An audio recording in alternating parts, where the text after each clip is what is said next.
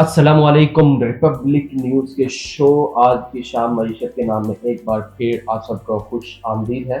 और आज हम जो है अपना पहला शो करने जा रहे हैं, इकॉनमी के ऊपर हम डिस्कस करेंगे। लेकिन हम ये डिस्कशन आज के शो में नहीं करेंगे कि पाकिस्तान में पिछले एक साल में क्या हुआ इकॉनमी के अंदर और क्या असरात थे रजीम चेंज के बाद क्या हुआ उससे पहले इकॉनमी। हम बात करेंगे 1947 पाकिस्तान के बनने के बाद से लेके और पिछले साल जब रजीम चेंज हुआ उससे पहले तक या कोविड के दौरान कोविड के दरमियान तक, ताकि हम हर चीज़ को बारीक-बीनी से देख सकें, हर चीज़ को हम अंडरस्टैंड कर सकें, आप तक हम हर चीज़ पहुँचा सकें कि हमारी इकॉनमी के अंदर क्या इश्यूज़ रहे हैं, कहाँ पे क्राइसिस रहे हैं, या दुनिया की इकॉनमी जब ख़राब हुई है किसी मुल्क की, किसी एक खित्ते में, तो उसका दूसरों के ऊपर क्या असर अंदाज़ हुआ है। अच्छा जी, हम आगाज़ करने से पहले मेरे पास एक बहुत अच्छा एक कोटेशन है, उसको मैं रीड कर देता हूँ, जिसके अंदर सारी चीज़ें कवर है। आप खुद ही समझ जाएँगे कि मैं क्या कहने वाला हूँ इस वीडियो के अंदर। So globalization is not a monolithic force but an evolving set of consequences, some good, some bad, and some intended. It is a new reality for liberals. The world is a global village. So ये quotation थी। बहुत से लोग इस चीज़ को understand करेंगे कि economy के ऊपर हम डिस्कशन करने से पहले हम इसके ऊपर और किस तरह से ये असरअंदाज होती है, ये किस तरह से इसके अंदर सारी बातें हम कवर करते हैं। अच्छा जी, तो अब इसमें ये कैसे मुमकिन होता है कि अगर एक खित्ते के अंदर जैसे साउथ एशिया है, जैसे जिसमें पाकिस्तान, इंडिया, चाइना, दूसरे दीगर 7-8 मुल्क आते हैं, तो साउथ एशिया के अंदर अगर कोई एक खित्ता डिस्टर्ब हो, कोई एक मुल्क डिस्टर्ब हो, अगर उसकी इकॉनमी डिस्टर्ब हो तो दूसरों के ऊपर असरअंदाज ना हो, ये नहीं होता। एक मुल्क अगर थोड़ी सी भी डिस्टर्बेंस क्रिएट करता है उसकी इकॉनमी के ऊपर, तो वो खित्ते के अंदर तमाम तर जो दूसरे मुल्क हैं उनके ऊपर असरअंदाज होता है। तो जनाब, आज हम बात करेंगे इन टॉपिक में से जो हमारा सबसे अहम टॉपिक है वो ग्लोबल इकोनॉमिक क्राइसिस है। उसके ऊपर बात करेंगे, उसके पाकिस्तान के ऊपर इम्पैक्ट्स, उसके ऊपर बात करेंगे पाकिस्तान की करंट इकोनॉमिक इंडिकेटर्स हैं, पाकिस्तान का बजट है, पाकिस्तान के हवाले से क्या रियलिटीज़ हैं, क्या फिजिबिलिटीज़ हैं, और द वे फॉरवर्ड। इस तरह हमारी ये जो एक एपिसोड है, ये प्रोग्राम है हमारा, ये आगे चलता रहेगा। अच्छा जी, जनाब, जो नगानी आफात है वो अब कुदरती होती हैं, अब कुदरत के आगे हम सब मजबूर हैं, बेबस हैं। तो नगानी आफात जो हैं वो बहुत नुकसान करती हैं किसी भी मुल्क के अंदर। सैलाब हो गए, बारिशें हो गई, या दीगर जो दूसरे फैक्टर्स काम कर रहे हैं, जो दूसरी आफात होती हैं, ये बहुत डैमेज करती हैं, बहुत नुकसान करती हैं। इसमें इकॉनमी का बहुत नुकसान होता है। जो आपने एक बजट सेट किया होता है सालाना, वो उससे आप बहुत ऊपर चले जाते हैं, क्योंकि जब चीज़ें डैमेज होती हैं, कोई सैलाब आ जाता है, बारिशों के बाद बारिशें होती हैं, या कुछ भी कोई भी नगानी आफात जो है आती हैं, तो वो डैमेज इतना कर देते हैं कि आपके इकॉनमी के ऊपर एक एक्स्ट्रा जो है वो बोझ पड़ जाता है। सारी चीज़ों से पहले हम बात करेंगे जो हमारे ऊपर एक आफत आई थी आज से 2 साल पहले, 3 साल पहले, कि 2019, 20 और 21 के अंदर कोविड की जो 4 लहरें आई, उसमें सिर्फ हमारे नहीं पूरी दुनिया के ऊपर उसमें जो असरअंदाज थी। तो हमने एक प्रॉपर रिपोर्ट तैयार की हुई है। तो मैं उस रिपोर्ट के ऊपर से आपको सारी चीज़ें क्लियर करूँगा कि कोविड-19 की वजह से वर्ल्ड को कितना नुकसान हुआ। सो कोविड-19 जो है उसने दुनिया को जिस तरह से असरअंदाज किया है वो बिल्कुल भी ठीक नहीं था। सो जो हमारी United nation department of economic and social affairs की एक रिपोर्ट में हमने शेयर किया, हमने देखा, हमने रिसर्च किया, तो उनके मुताबिक कोविड-19 ने 8.5 ट्रिलियन का जो लॉस है वो ग्लोबल इकोनॉमी को पहुंचाया। इसके अलावा pandemic has pushed more than 34 million people into extreme poverty in 2020 के अंदर कितने लोगों को कोविड ने जो है वो गुर्बत की लकीर से भी नीचे धकेल दिया, तकरीबन 34 million all over the world. अच्छा, उसके बाद बात करते हैं एक्सट्रीम पॉवर्टी में लोगों को लेकर क्या सारी चीज़ें लिंक्ड हैं इस चीज़ से, इकॉनमी से। सिर्फ पाकिस्तान नहीं, ग्लोबल अगर हम देखें पूरी दुनिया के अंदर तो हर मुल्क की जो इकोनॉमी है वो इस चीज से मुतासिर हुई। अच्छा जी, ये जो रिपोर्ट है, पहले हम इसके ऊपर पेंडेमिक में बात कर रहे हैं, तो पेंडेमिक के ऊपर जो कंप्लीट रिपोर्ट है वो आपके साथ मैं डिस्कस कर रहा हूँ। Then the global economy is projected to contract sharply by 3.2% in 2022। ये भी उसी रिपोर्ट में था जो यूनाइटेड नेशन की थी।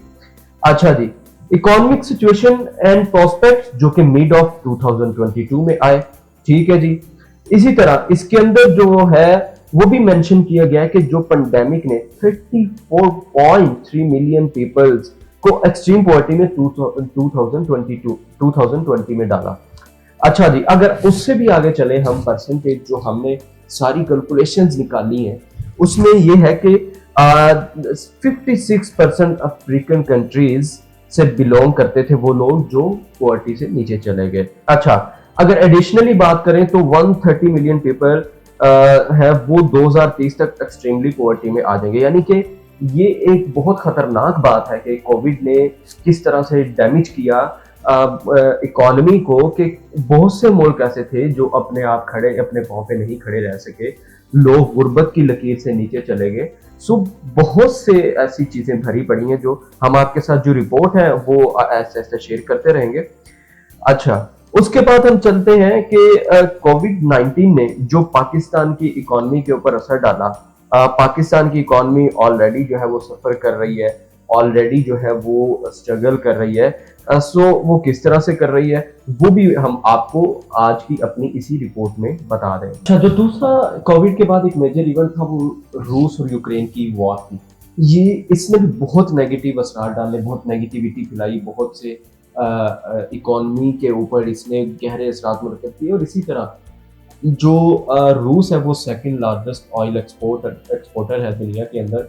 सो ऑयल एक्सपोर्ट करना बंद कर दिया सबने, और यूरोपीय यूनियन और इसके अलावा यूएस ने बहुत सी पाबंदियां, सेक्शंस लगा दिए, जिसकी वजह से जब ऑयल की एक्सपोर्ट बंद हुई तो बहुत सी जो इकोनॉमीज़ हैं, और रूस जो है वो आपको पता है वो सेकंड लार्जेस्ट है, तो इसकी वजह से भी बहुत ज़्यादा इकोनॉमीज को नुकसान हुआ। अच्छा, जब सैंक्शंस लगे रूस के ऊपर, यूक्रेन के ऊपर वॉर मुसल्लत करने के, हमला करने के, तो आलमी मंडी के अंदर जो है वो रेट्स जो है ऑयल की जो रेट्स है वो एकदम से ऊपर चले गई। जब कीमतें ऊपर चली गई आलमी मंडी के ऊपर, तो जो सालाना बजट हर मुल्क अपना जो एक उन्होंने रखा होता है वो उनके खजाने के ऊपर बहुत ज़्यादा पड़ गया, जिसकी वजह से अमेरिका जैसे सुपर पावर्स, चाइना जैसे मुल्क और बहुत से दूसरे दीगर ऐसे मुल्क हैं जिनकी इकोनॉमी शदीद तरह से जो है वो डैमेज हुई।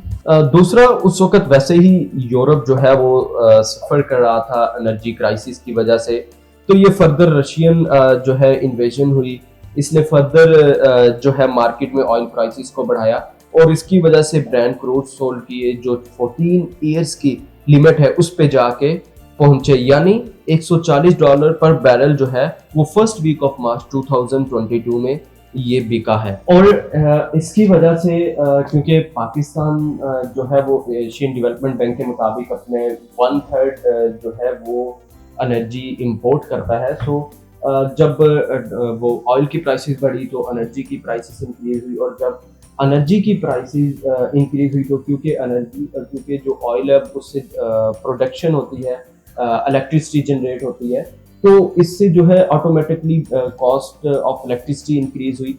और जब ये चीज़ें इंक्रीज हुई, क्योंकि जो है हमारी इंडस्ट्री जो है, स्पेशली हमारी व्हीकल इंडस्ट्री जो है, ऑटोमोटिव इंडस्ट्री जो है वो इलेक्ट्रिसिटी और उनके लिए एनर्जी जो है वो मोस्ट इम्पोर्टेंट पार्ट होता है उनका। तो जब मशीन्स चलती हैं और बिजली का जो यूनिट है उन्हें महंगा पड़ रहा था, सो जिसकी वजह से जो है और हमारा जो इकॉनमी है उसके ऊपर जो है वो प्रेशर पड़ा, और जो हमारा सेट बजट था वो कम हुआ, और उसकी वजह से जो ट्रांसपोर्टेशन कॉस्ट होती है व्हीकल की वजह से वो डायरेक्टली उनके ऊपर डिपेंड करने लगे। अच्छा, हमारी रिपोर्ट जो है, हमारा जो सर्वे है, जो हमारी रिसर्च है, उसके मुताबिक मैं आपको फर्दर बहुत सी ऐसी जो रियलिटी है वो आपके सामने लेके आता हूँ कि हमारे मुल्क के साथ क्या कुछ हो रहा है, कोविड तक क्या कुछ होता रहा है। बाकी की रिपोर्ट हम अपने अगले शो के अंदर डिस्कस करेंगे, आज के दिन तक कोविड के बाद से। सो जो अभी हमने सर्च की हुई है ओवरऑल हम इसको देख रहे हैं। यूएन का स्टेटस आपको एक बताते हैं कि पाकिस्तान अपना जो टोटल खर्च है, जो उसमें से 16% है, ये 18% फ्यूल की प्राइस के ऊपर खर्च करता है। तो अल्टीमेटली यानी कि एक शख्स जो 18 रुपए दे रहा है, उसको 18 की बजाय 28 या 30 रुपए देने हैं। जो एक इंडिविजुअल शख्स है, जो उसने अपने घर का बजट या अपना बजट मंथली सेट किया होता है, तो उसकी इकोनॉमी डिस्टर्ब हो गई ऑब्वियसली जब प्राइसेस इंक्रीज होती हैं। तो इसी तरह से जो प्राइस हाइक आई है पाकिस्तान के ऊपर, उसमें असरअंदाज किया है। फिर और भी पहलू हैं जिनके ऊपर मैं बाद में बात करना चाहूँगा। तो सारे मुहर्रिकात की वजह से पाकिस्तान के करंट इंडिकेटर जो है बिल्कुल लेटेस्ट मैंने निकाले हैं। उसमें जो सबसे पहली चीज़ है वो है the annual inflation rate increase to 24.9% in July 2022। The bureau of statistics ये एक इदारा है रिसर्च बेस्ड, जो कि इंडिकेटर देता है। तो पाकिस्तान ब्यूरो स्टैटिस्टिक्स के मुताबिक इन्फ्लेशन रेट 24.9% पे आ गया है, जबकि मिनिस्ट्री ऑफ फाइनेंस ने 21% इन्फ्लेशन एस्टिमेट की हुई थी। अब अगर हम आगे जाएंगे, अगर हम कोविड के बाद से आज तक इसको कैलकुलेट करेंगे तो बहुत ज्यादा होगी, लेकिन हम जो कि कोविड तक बात कर रहे हैं, सो ये अभी हम इसको 24.9 तक ही डिस्कस करेंगे। अब क्योंकि ग्लोबली जो चीजें हैं वो महंगी हुई हैं, तो आपका प्राइस इंडेक्स जो है वो 40 साल की बुलंद तरीन सतह पे है। यू कांट बिलीव दिस के 40 साल की बुलंद तरीन सतह, ये एक बहुत बड़ी चीज होती है, जिससे महंगाई की एक बहुत बड़ी लहर आती है और गरीब तबके के ऊपर पहले से भी ज्यादा बोझ पड़ जाता है। तो जब आप कोई चीज इंपोर्ट करते हैं तो आप अल्टीमेटली डॉलर्स देते हैं। तो इस तरह आप जो है वो डॉलर में पे करते हैं। तो जब आप डॉलर में पे करते हैं तो ऑब्वियसली इकॉनमी के ऊपर बोझ आता है, तो आपके जो रिजर्व है वो थोड़े से कम हो जाते हैं। तो क्योंकि ये तो एक नीड है, इकॉनमी स्ट्रेस आता है आपके ऊपर, तो ये तो ऑब्वियसली एक चीज आपकी डिस्टर्ब होती है जब एक चीज की प्राइस जो है वो डिफरेंट हो जाए। अच्छा जी, श्रीलंका के आप हालात देख लें, सेम यही सिचुएशन श्रीलंका में होनी थी। श्रीलंका कोविड के बाद संभल ना सका, डिफॉल्ट हो गया। श्रीलंका जो है वो बैरूनी कर्ज उनको नहीं मिले, और मायदा उनका ख़त्म हुआ IMF से, और उसके बाद कर्जों की दलदल में फंस गया। उसके बाद उनके जो इकॉनमी रिजर्व थे वो ख़त्म हो गए, और कम्प्लीटली एक ब्लैक आउट हो गया श्रीलंका के अंदर। सो पाकिस्तान को अगर हम देखें, पाकिस्तान में इतने चांसेस नहीं है, लेकिन अभी 50-50 है कि डिफ़ॉल्ट हो भी सकता है, नहीं भी हो सकता। लेकिन मैं चूँकि बात कर रहा हूँ रिजीम चेंज से पहले की, और हम कोविड के दौरान की बात कर रहे हैं, सो हम जो है फैक्ट एंड फिगर उसी वक़्त के डिस्कस करेंगे, क्योंकि आज के दिन के हम डिस्कस करेंगे तो दैट विल बी डिफरेंट। अच्छा, अब जी जनाब इसकी भी तैयारियां हो रही हैं कि जो आपके कराची और इस्लामाबाद के एयरपोर्ट हैं, उनको जो है वो गिरवी रख दिया जाए कतर की एक कंपनी को।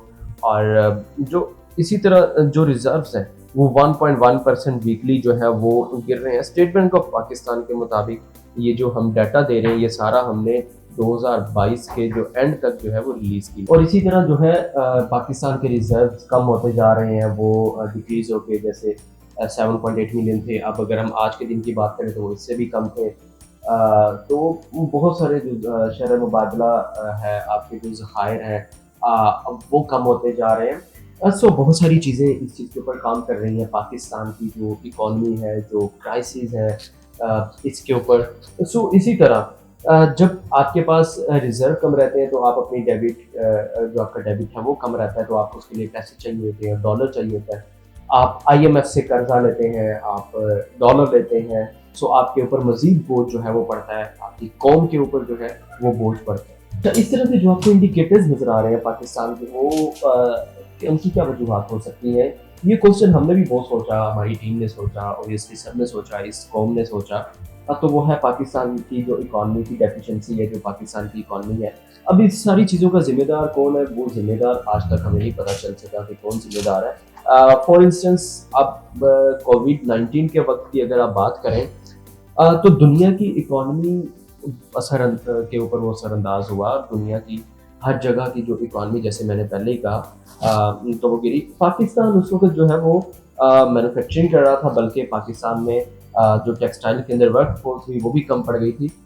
ये इसलिए हुआ क्योंकि हम केमिकल इंपोर्ट करते हैं, तो हम सेल्फ सफिशिएंट नहीं है, इनोवेशंस नहीं है, हम वही दकियानूसी तरीकों पे के ऊपर चला करते हैं, वैल्यू एडिशन नहीं करते। इनोवेशंस का दौर है, जब तक आप वैल्यू एडिट नहीं करोगे प्रोडक्ट में आपकी एक्सपोर्ट नहीं बढ़ सकती। हमारा प्रोडक्टिविटी रेट बहुत कम है। हम जो है जो चीज़ देखें, पाकिस्तान जो है वो टैलेंट से भरा पड़ा है। हमारे पास वर्क फोर्स बहुत ज़्यादा है, हमारे पास लेबर है, हर चीज़ है, लेकिन हम उसको यूटिलाइज़ नहीं करते सही तरीके से। इकॉनमी को चलाने के लिए एक प्रॉपर सीक्वेंस होता है जो हमारे पास नहीं है। इन बहुत सी चीज़ों पे जो है वो काम करने की ज़रूरत है। अच्छा, हमारा जो फर्टिलिटी रेट है वो बहुत कम है। हमारी यील्ड दुनिया के मुकाबले में 40 टू 50% भी नहीं है। दुनिया जितनी प्रोडक्टिविटी हम उसके मुकाबले में 30% है। अगर हम इकोनॉमिक रिसोर्स की बात करें, वो भी हम बहुत गलत तरीके से इस्तेमाल करते हैं। पानी स्टोर करने के लिए डैम नहीं है, इससे आपकी फसलें भी तबाह होती है। डैम का होना भी ज़रूरी है। सैलाब आते हैं, आपका पानी जो है, अगर हमारे मुल्क के अंदर डैम हो और इस तरह से जो हमारा ग्रोथ रेट है उसको हम इंक्रीज़ करें, जो हमारी जो हमारी प्रोडक्टिविटी है, अगर हम उसको इंक्रीज़ करें दुनिया के अंदर, तो आपको मैं बताऊं कि हम बहुत ऊपर जा सकते हैं। इकोनॉमी हमारी बहुत ज़बरदस्त तरीके से जा सकती है अगर हम उसको सही तरीके से यूटिलाइज करें।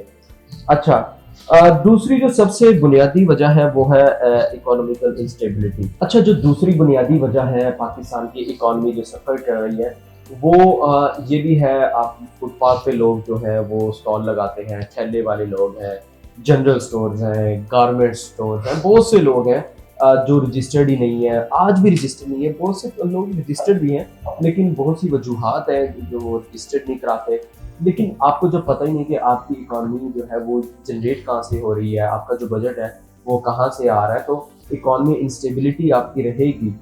आपको ये फाइंड आउट करना है कि बेसिकली आपकी जो इकोनॉमी है वो मोस्टली कहाँ से टारगेट हो रही है, वो किस तरह से किस तरफ से ज़्यादा आपको जो पैसा जनरेट हो रहा है। और इसमें बहुत बड़ी रीज़न जो टैक्सेस हैं, जो देखें, आम बंदा जो है वो टैक्स इजीली देता है, लेकिन जो हमारे दूसरे बड़े लोग हैं, जो हमारे ब्यूरोक्रेट्स हैं या डिफरेंट जो दूसरे लोग हैं, मैं नाम नहीं मेंशन करना चाहता, वो जब टैक्सेस नहीं पे करते, तो इकोनॉमी तो देखें, आपकी इकोनॉमी अगर आप पाकिस्तान के अलावा दूसरे मुल्क का सोचें, तो वो जो टैक्स कलेक्शन है वो अपने मुल्क के ऊपर खर्च करते हैं। तो हमारी जो टैक्स कलेक्शन होती है वो हमारी आवाम के जेब से गया हुआ पैसा होता है, वो हमारे ऊपर खर्च ही नहीं होता।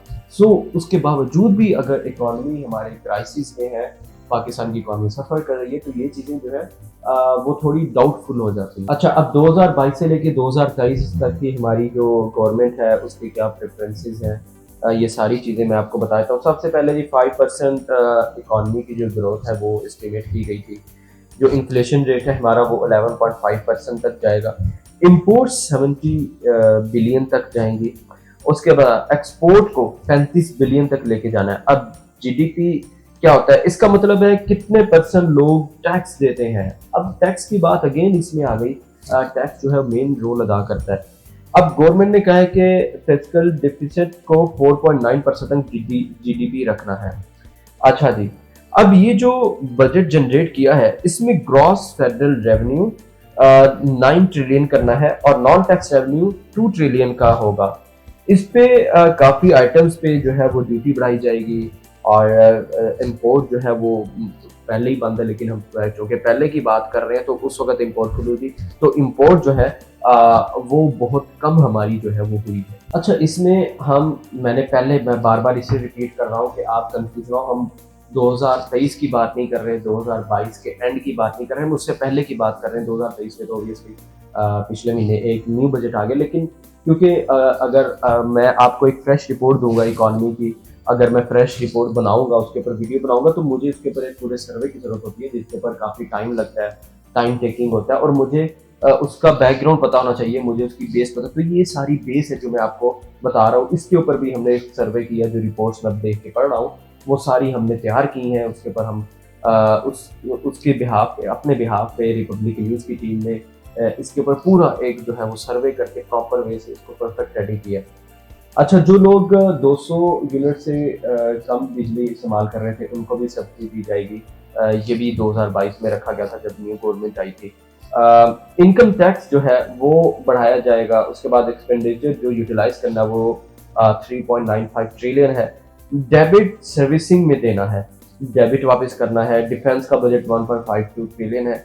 बाकी जो बजट बचता है वो 50% भी नहीं है, तकरीबन 40% होगा अप्रॉक्सीमेटली।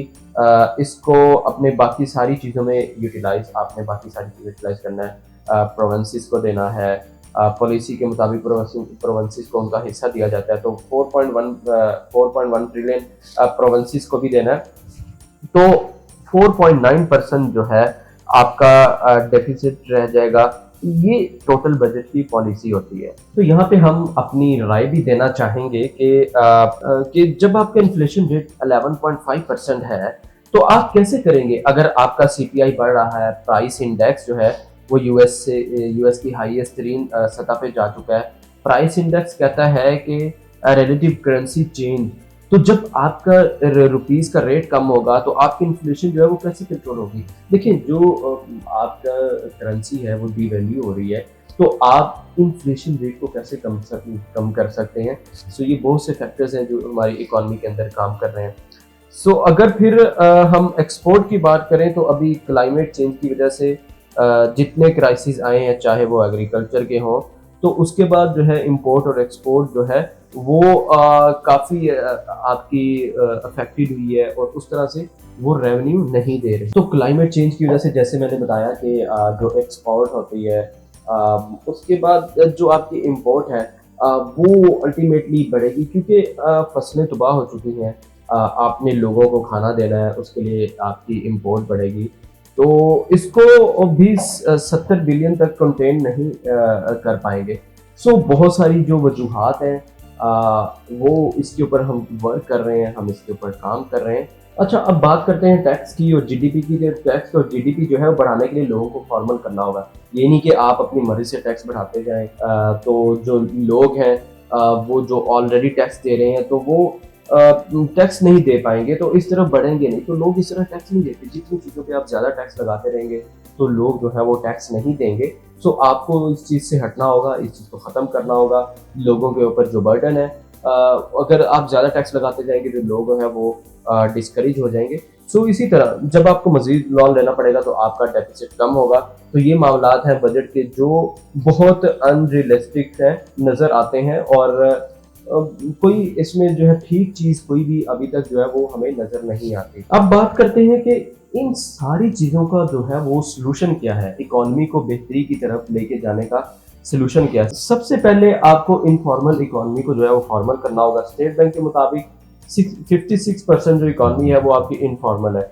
जब तक इस सब को आप टैक्स टूल के अंदर नहीं लेके आओगे, आपका रेवेन्यू नहीं इंक्रीज होगा। अच्छा, और जब आप इसी तरह इकोनॉमी को फॉर्मल लेके आएंगे, तो आपकी जो अल्टीमेटली जीडीपी ग्रोथ है वो बढ़ेगा। Secondly, resources management, dam reforms और वाटर मैनेजमेंट की ज़रूरत है हमें। वाटर मीटरिंग करनी चाहिए। जब तक आप पानी की मीटरमेंट नहीं करेंगे, आप इसको मैनेज नहीं कर सकेंगे। जब तक नंबर्स में नहीं पता चलेगा कि कितने लोग पानी यूज़ कर रहे हैं, ये मैनेज नहीं हो सकेगा। सबसे ज़्यादा आसानी से आप जो इकोनॉमी बढ़ा सकते हैं वो फूड से बढ़ा सकते हैं। फूड की क्वालिटी को मेंटेन करना होगा। अगर प्रोडक्ट नहीं बनोगे, मार्केट के अंदर कंपीट नहीं कर सकोगे। ग्लोबलाइजेशन है, बहुत ज़्यादा कंपटीशन है, प्रोडक्ट की क्वालिटी अच्छी नहीं होगी, एक्सपोर्ट के स्टैंडर्ड जो है अब वो उससे मैच नहीं करेंगे। देखिए, अगर आपको एक्सपोर्ट करनी है, आपकी प्रोडक्ट क्वालिटी अच्छी होनी चाहिए।